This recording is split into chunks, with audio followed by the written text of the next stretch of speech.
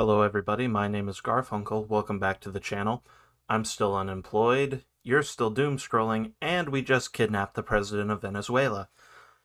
That's a sentence I can say that is 100% factually true, and this is only possible due to the timeline we live in. Anyway, today I figured we would rank every single concert I went to in 2025. I hope you had a great Christmas and a wonderful New Year. Let's hope 2026 is a good year, because if it's not, I don't know if I'll make it through it. But anyway, first off, this is just every single concert I've been to in 2025. I went to, let's see, 1, 2, 3, 4, 5, 6, 7, 8, 9, 10. I think I might be missing one. I think I went to 11. Right, I did go to a Robert Cray one, but he doesn't really fit into this lineup, so we're gonna stick with this. So first off, we're starting with I Don't Know How But They Found Me. I'm gonna put them in great. I love this band, I've been listening to them for a long time. My friend introduced me to them earlier on when I was in high school, and never stopped listening to them. They're they're definitely a pop rock kind of band. They go in between those two genres pretty consistently, but they're very good. Their new album, shoot, I forget what it is. I think it's Gloom Division or something like that. I know the song Gloom Town off of that album, so I suggest listening to that. Next up, I saw Marilyn Manson live. He was at the pageant in St. Louis, and I'd always kind of wanted to see him, but I'd always heard live, at least as of recent, he was not great. But within the past few years, there have been a lot of people saying he's really come back, and how is this spelled wrong? Anyway, fix that. But I went and saw him, and it was phenomenal. The reason it's not going in God tier is because the opener, 7 Hours After Violet, was, to be honest, kind of underwhelming and a little bit boring. Felt very formulaic. But Manson himself and his band put on a very good show, very tight band. All the music sounded great, and he really killed it, so I was glad I got to see him live. Up next, we have Boundaries. I saw them at Red Flag St. Louis. They had a great opening lineup. They had Psycho Frame, Gates to Hell, it's Gates, not Gates singular, and Stick to Your Guns. Now, I'd never seen Stick to Your Guns or Psycho Frame live before, and they both killed it. Gates to Hell is a good band, but to be honest, for me, they're very much like August Burns Red for a death metal scene. Like, they're very good, they're very consistent. No one should knock them, they deserve the popularity they have, but they are very much like old reliable. They're nothing crazy, they're nothing new, but they're very, very good at what they do. On the other hand, Psycho Frame and the new wave of deathcore that's sweeping through the internet, and it's great. They put on a phenomenal show. Both of the vocalists did phenomenal. Stick to Your Guns is apparently an older act, but I listened to their entire set. I wound up buying some merch from them because they did a really good job. I mean, they've been going for a while now, and to still have that sort of energy for the performance was great. And of course, Boundaries is my personal favorite band. They absolutely killed it. I mean, they always do, but it was great to see them live again, especially performing a longer set, because I'd only seen them as openers before. Up next, we have Death Heaven and Harm's Way. I'm going to put them at great. The only reason they're not in phenomenal is because I wasn't a big fan of the opener. I Promise the World isn't bad, but it's just not my flavor of music. Death Heaven put on a phenomenal show. Harm's Way killed it. I mean, that's really all there is to it. Next up, 21 Pilots. I saw them at the Credit Union 1 Amphitheater. Or Tinley Park, I believe, is what it's called. Is that the same thing? I may be tweaking. I saw them at the Tinley Park Amphitheater. The reason they're in good is, one, I wasn't a big fan of the opener, and two, I was on the lawn, so I knew it wasn't going to be the best audio, but it was just a little too quiet. If they had just turned it up a little bit more, they would be going into phenomenal, for sure. That's how much of a difference it made. Not bad. They put on a great show. The vocals and the drums were, of course, great, but it was just quiet. It was so quiet. Anyway, speaking of a band I was talking about earlier, Trivium, Bullet for My Valentine with August Burns Red and Bleed From Within. I'm going to put them in phenomenal. Surprisingly, I went for Trivium, but I actually preferred the Bullet for My Valentine set. I thought it was a really good, solid set, and I mean, that's that, you know. They performed their albums Ascendancy and The Poison in full, so that was cool to see. I love Bleed From Within and August Burns Red. They were both solid openers. But yeah, Bullet for My Valentine really kind of blew me away. I didn't expect them to be the band I enjoyed the most, but they certainly were, and I saw them at the Factory in St. Louis. Up next, we have The Acacia Strain, Gates to Hell, Frozen Soul, and it was supposed to be Snuffed on Sight and Maul, but Snuffed on Sight dropped, so it wound up being a band called Your Spirit Dies. And I'm putting it in which really sucks, because I love the Acacia Strain's albums, and Your Spirit Dies put on a really good show. Everyone from Maul put on a really good show. I wasn't a big fan of Frozen Soul, just, I don't know, the vocals kind of hit me wrong. And it's the same with the Acacia Strain. The vocals live were just, They weren't bad, but again, they're which is why they're going in So up next we have Cannibal Corpse, Carcass, and Meshuggah. I saw them at the pageant in St. Louis, and they're going into the phenomenal tier. Now, I'm not a huge fan of Cannibal Corpse or Carcass. It's just not my personal flavor of metal, per se. But seeing Cannibal Corpse, of course, like a huge legacy band live was very neat.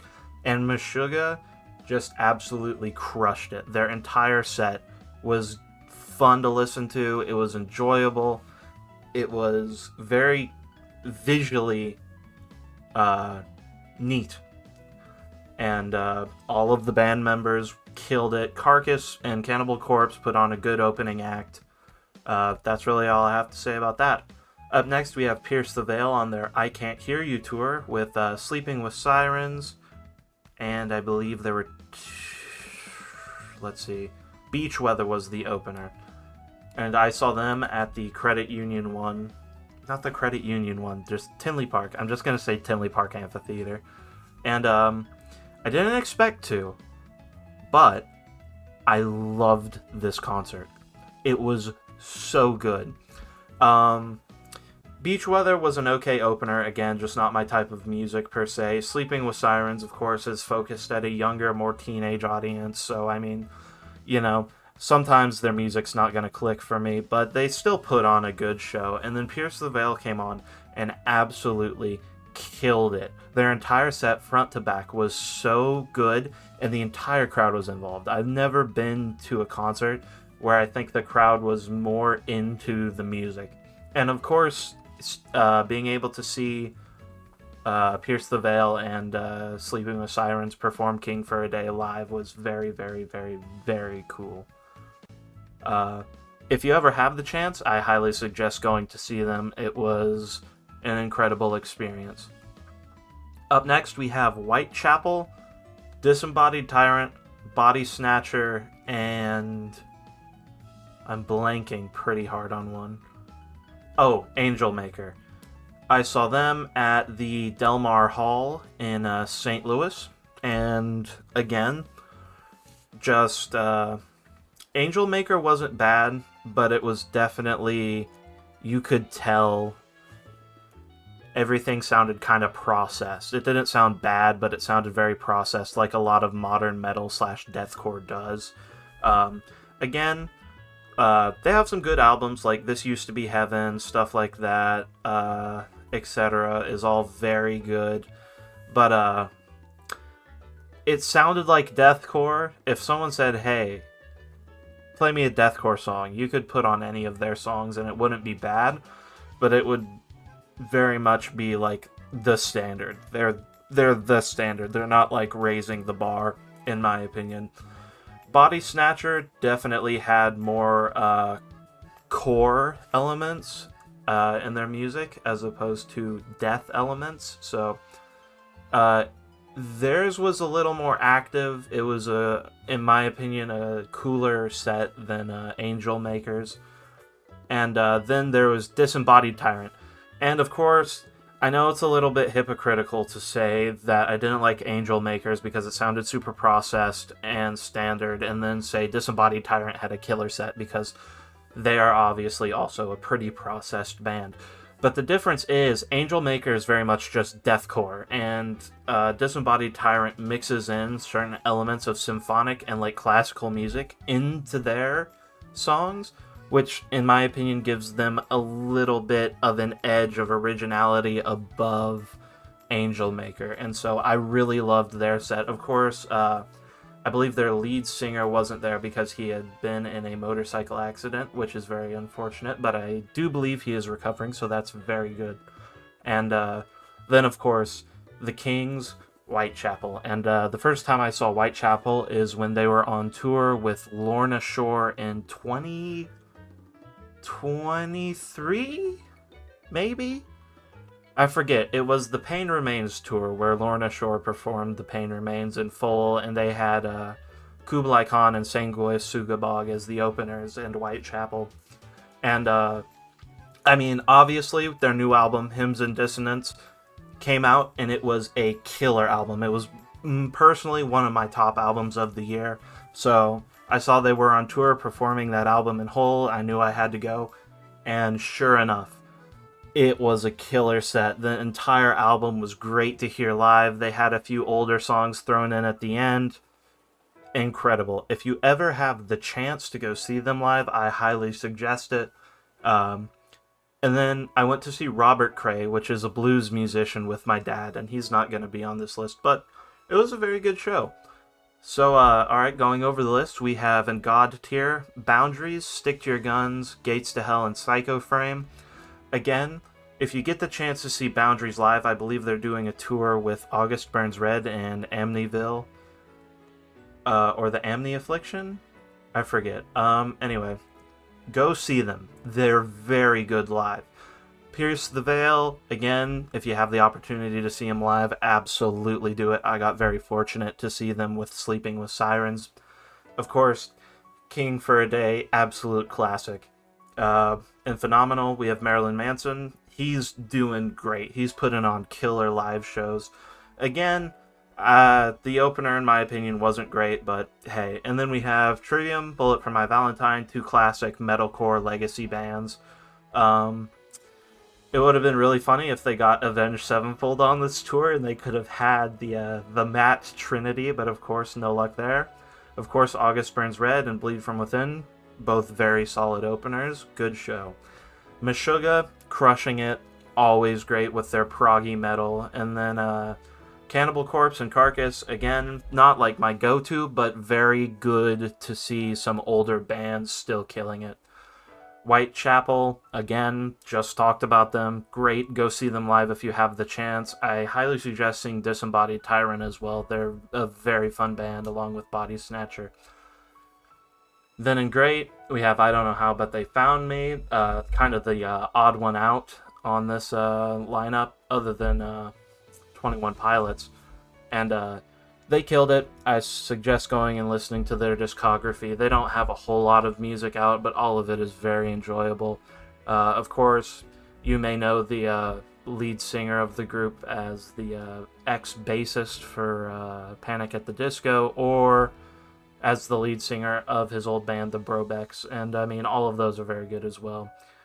Then Death Heaven and Harm's Way, killer. If they're ever doing a tour together again, I would go see them. Again, wasn't a big fan of I Promise the World. They weren't bad, but just not my flavor, like I said. Then we have 21 Pilots with the Clancy Tour Breach. It was a short little amphitheater slash arena run. Again, I love their music. I highly suggest you go and listen to all of it. Even the album that got hated on a lot, Scaled and Icy, while it's definitely very like formulaic pop music, if I'm listening to pop music, I'd probably listen to that over most of the other pop albums out there. Again, it really just comes down to the sound wasn't that great, and I know it was out on the yard, so it wasn't going to be like the best thing ever, but still, wish it was a little louder. And then in we have the Acacia Strain. Again, let me be clear, none of these are bad. It's, there's no bad tier here. All of these bands put on a great show, and I'm happy to go and support live music because, let's be honest, in a time where AI is sweeping Spotify and artists range from being billionaires to being broke on the street, I'm willing to go and support live music. This year I'm gonna try and go to some smaller shows, like some local shows and like smaller venues, but this year, just the lineup the past year, 2025, the lineup I was able to see was very good, and I'm glad I got to see all of them. Anyway, I've been Garfunkle. Remember, support live music, support your local artists, and going into 26, I wish you well, and I hope you have a wonderful rest of the day. See you around.